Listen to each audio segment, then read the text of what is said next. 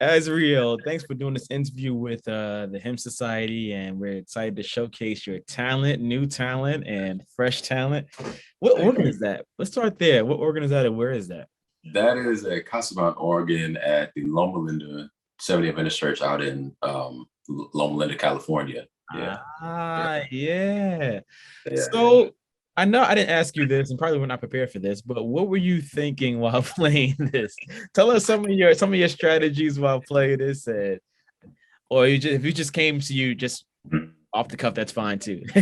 Yeah, well, most of the final verses harmonizations kind of come off the cuff, just with experimenting with vocabulary. But usually my structure when it comes to playing congregational hymns is kind of keep the first few verses traditional as possible.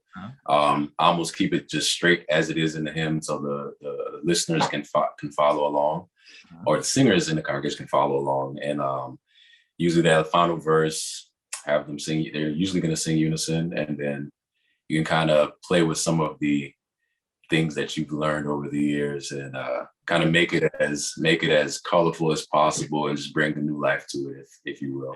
Yeah, I love it. I love it. I love it. Yeah. So let's get into some of these questions. What was your first introduction to the organ, and how did you become interested in playing it? First introduction to the organ. So my second piano teacher growing up, he was a pretty talented organist. Well, he is a pretty talented organist. He's still alive. Luther Washington. I didn't immediately begin learning organ from him, but throughout my time studying piano, I would visit his home church every once in a while, Berean Seventh Adventist Church, and anytime he played the hymns, man, first of all, this is the monstrous sound of an organ that you get, especially as a young kid. Your first introduction to that, I mean, is like second to none compared. Like that first introduction to it. So that immediately just, pulled me in. But he had some very unique ways of interpreting the hymns, especially like on the last verse. And that totally, I was just totally, what's the word? Just engulfed in, like, wow, this is amazing, and I need to learn how to do this. So his playing and those first introductions to that sound and what you can do with it definitely influenced me to want to learn how to play the organ. And of course, eventually he became my first teacher and introducing me to it. Yeah. So how have church hymns or the hymns of the church influenced your playing and wanting to be a musician? Yeah.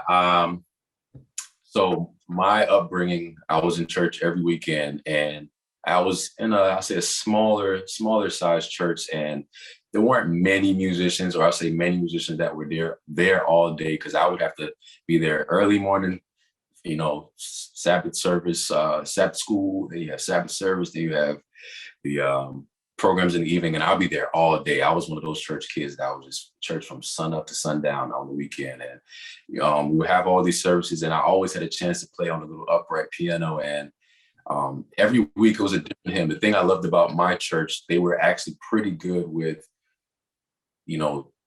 singing more than the usual few hymns that most people just automatically know to sing or know about.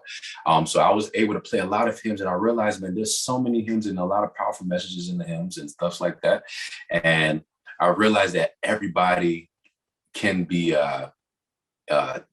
touched emotionally in different ways, through different hymns. And as I got older, and I realized, like, hey, there's so many messages that can come out of these hymns. And, if I'm able to mix that with my playing that people are seemingly blessed by, you can really make some magical things happen. So that would be the main thing that kind of intertwined the two.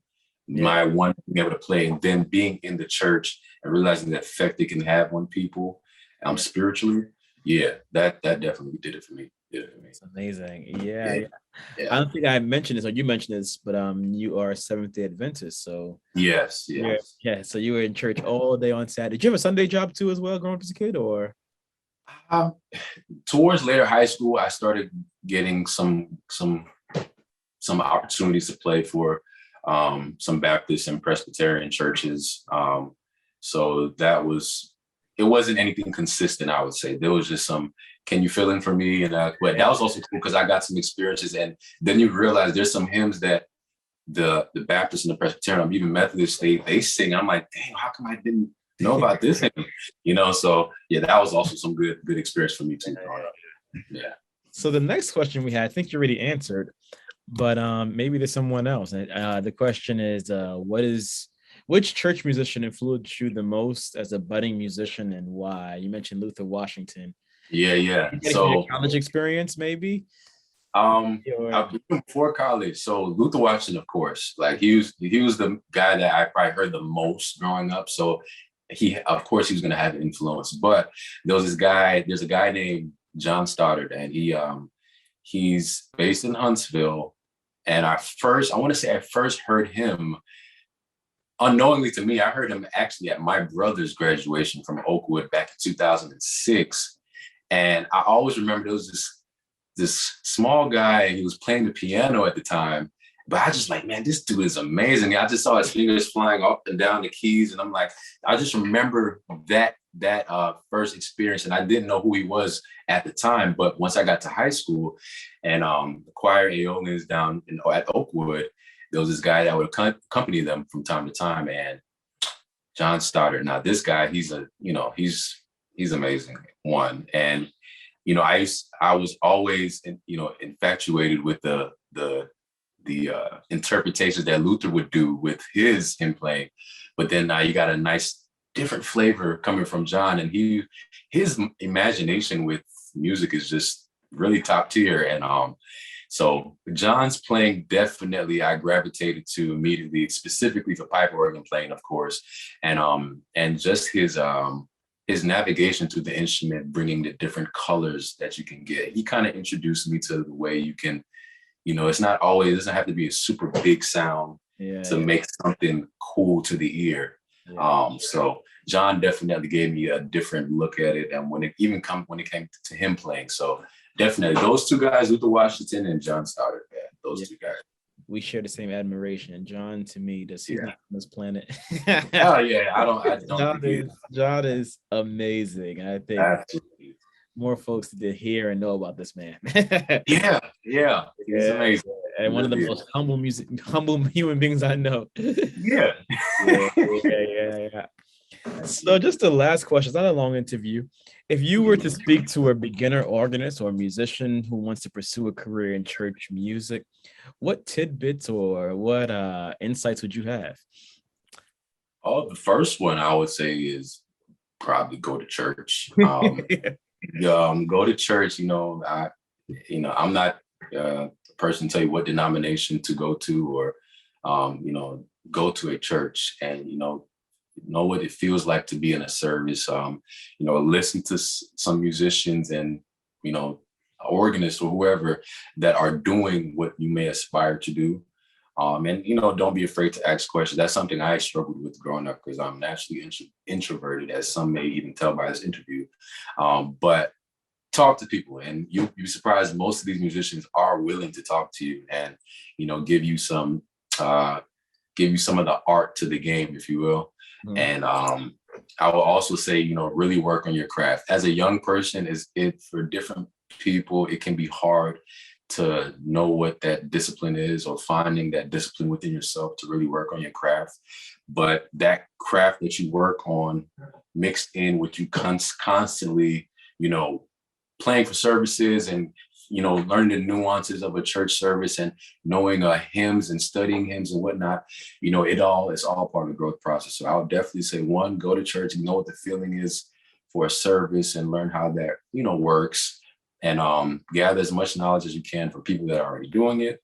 And then absolutely within yourself, work on your craft, because, you want to give your best, for this spiritual atmosphere that, you will always be in when it comes to church service planning. Yeah. I agree wholeheartedly. I mean, even me, my foundation is church. And then I didn't start organ lessons until college. And wow. Yeah. But you're right. I mean, Like you had Luther and I had a Jimmy Ebbington. And that was my Batman. Him too. Him too now. Yeah. For me now, yeah. That was my Batman. I wanted to, even to this day, I heard him play a funeral yesterday. He sent Wow. me a video, and like every time I hear this man play a hymn, I'm like, I want to play half as decent as that man. Gosh, he knows how to play. He can play. Something special about it, man. Something special about it. All right, I don't want to hold you. I just wanted to Okay. chat with you some, and I'm thank you for doing this with us. And Oh yeah. wish you all the best in you started Syracuse this semester, your master's. Yeah. Started my master's in organ performance. I start in the next couple of weeks. So it's getting real up here for me. So yeah. Awesome. Well, all the best, and thank you so much for doing this. Thank you for having me. It's really awesome. Thank you. Take care. All right. Bye-bye.